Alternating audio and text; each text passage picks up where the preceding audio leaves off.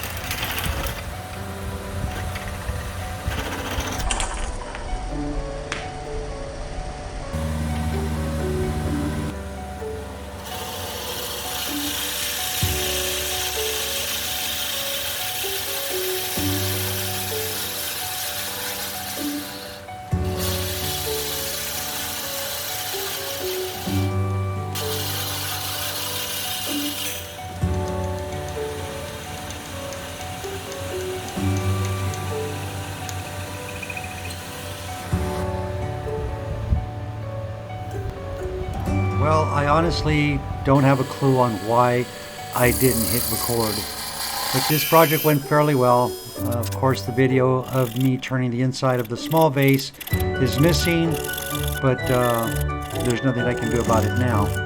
So anyhow, this piece of black locust was a pretty decent turn. Turned out pretty good. I'm happy with the outcome.